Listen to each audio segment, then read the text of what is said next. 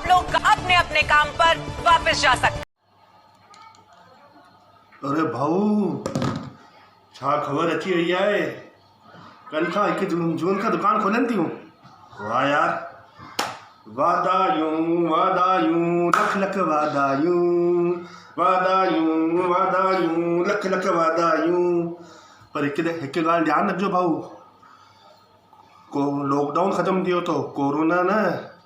कल खां पाण सभिनि सिंधियुनि भाउरनि खे दुकान खोलणी आहे, पर सरकार जी गाइडलाइन जो पूरो पूरो ख्याल रखणो आहे।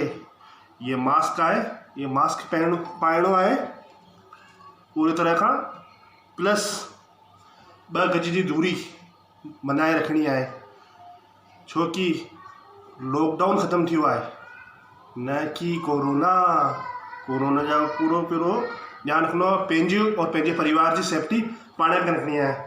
हिकु बार वापस सभिनि भाउरनि खे वाधायूं, और तव्हां हथ जोड़ के सरकार जी गाइडलाइन का पूरो ख्याल रखना। जय झूलेलाल।